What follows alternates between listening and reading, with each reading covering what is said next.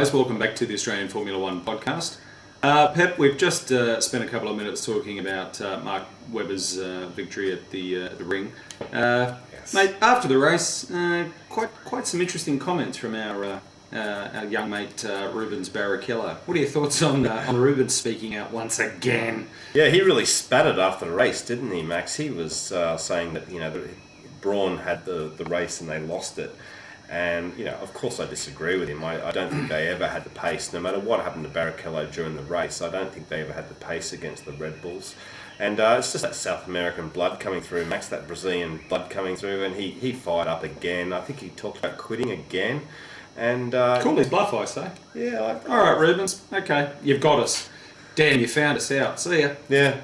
I thought that during the race there was a good chance that they would switch Button and Barrichello and to give Button a few more points in the championship. But the cold hard facts to Rubens is that Jensen's been slapping him all year, and that if you're going to back anyone at this point in the championship, it has to be. I mean, there's no choice. It has to be Jensen. And I think he just needs to pipe down and get on with his racing, Max. He keeps talking about the fact that he needs to just get on with it. But I don't want to talk to the team because they'll give me the usual blah blah blah. It's like, just keep your dirty laundry inside Brawn. Don't air it to the world. It's behaving like a petulant child. I mean, if you look at the difference in points between Button and Barrichello, as opposed to Webber and Vettel, the difference between Webber and Vettel is 1.5 points. Between Button and Barrichello, it's what? I don't know, 10, 15, 20, whatever you like. It's big. It's big. Yeah. It's a fairly large gap. So, shut your mouth and let your driving do the talking, mate. Actions speak louder than words, as we all know. Normally, he's a lippy little bastard, isn't he? Yeah, he is. He loves to fucking chat when things don't go his way or where he perceives that things aren't going his own way. As Michael Schumacher used to say, Rubens had complained even after he won a race that I was being favoured. We had the identical machinery. He's just a bloody whinger. And he is. And, once again, we saw the best of Rubens once again, pissing and moaning after the race. If the team want to lose the World Championship, then we're doing the right job about it. And for fuck's sake. All I could say is that enjoy your first and last year at Brawn, you insolent little prick, because I wouldn't have him back there again. That's just my opinion. Yeah, I agree, Max, and I was waiting for him to backpedal, and of course he did. A couple of days later, backpedaling on his comments and things like that. I don't think he'll be with Brawn next year. I'll be surprised if he's in F1, but there's rumours that he'll go to Williams, and he's shopping himself around to other teams. I mean, he's got a race-winning car now, but... Mate, Patrick Head won't put up with that shit from him at Williams, and nor will Frank. I'm here to give him the drum now. That'd be the biggest mistake that Williams could make, is hiring that clown. Yeah. Well, Maxwell, we have had some driver movements this week. Surprise, surprise, Bourdais, after all those rumours, has been a go from Toro Rosso. He's got his legal team in. He's got his lawyers out, lined up, ready to go, Max. Mm-hmm. And we've got Jamie. How do you pronounce his surname, Max? Alguersuari.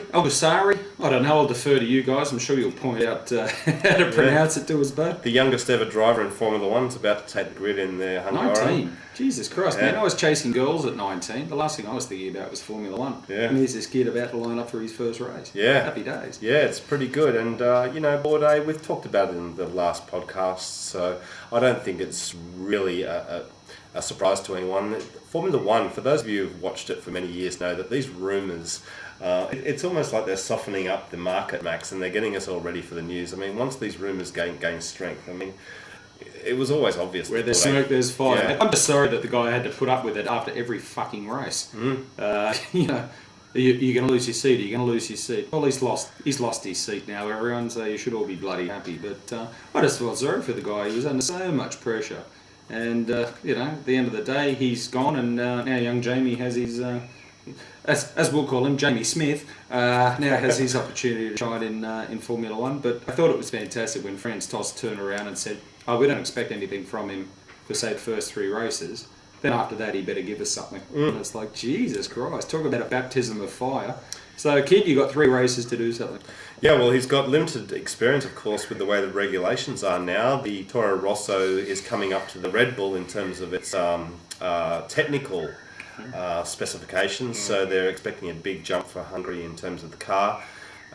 Mate, Jamie's had a straight line test. Yes. That's what he's had. That's his testing. Right? That's it. All right, we'll let you figure out how to go around the corners. Just remember, these things break like nobody's business. But good luck, and we'll see you at the end of the race. Don't put it into the wall. I feel sorry for the kid, but anyway. All right, Max, what else have we got for this week? We've talked about it a lot, but Max Mosley's not going to stand for re-election. And we were talking about Ari in the last video, and since then, no more Max, so thank God for that. Yeah, Concord Agreement should be signed this week. Concord Agreement signed this week. Hopefully on the condition that Max the Axe gets the punt and everyone's happy. And Max has officially endorsed Jean Todt, which surprise. I'm a little bit sceptical of. I always think that if you have someone who used to run Ferrari running the FIA, there's always going to be talk about favouritism towards Ferrari. You don't want that. So I'd give the job to Ari, not knowing who's better, who's professionally more qualified, but just from a political standpoint, I think that Jean Todt's going to come with a lot of baggage, Max. Look, when we're dealing with motorsport, Formula One is, as we all know, the pinnacle of motorsport, because I can already hear some of you tapping on your keyboard going, but Ari Vartman would be biased towards WRC and their teams and all that, and they're part of the FIA. Yeah, you're right, 100% right. They are part of the FIA. But when you think about it, all the talk of late has been about Formula One. All the conjecture in motorsport seems to be skewed towards Formula One. We've got basically the ex-head of Ferrari, the dominant player in Formula One for the last however many years, against a guy that has no exposure to Formula One or never has had any exposure to Formula One. I know who I'd be putting in, but it remains to be seen. There could be some other candidates, and I dare say there will be some other candidates put up. But yes, Max has fiercely endorsed Jean Todt, and that's absolutely no surprise there because it's Max Mosley with a French accent. Well, there you go. Either way, it doesn't matter who we get. It's not going to be Max Mosley, so happy about that. All right, guys. Well, that's all we've got for this week. Before we go, we just wanted to say that it was sad news about Henry Surtees' accident, a freakish accident when you look at it, and our thoughts go out to him, to John, and to his family, and to the family, Max. All right, guys. Well, we'll have another video previewing Hungary on the weekend. Thanks for watching, and we'll see you next time. Stay tuned. See you guys. See you guys. Bye.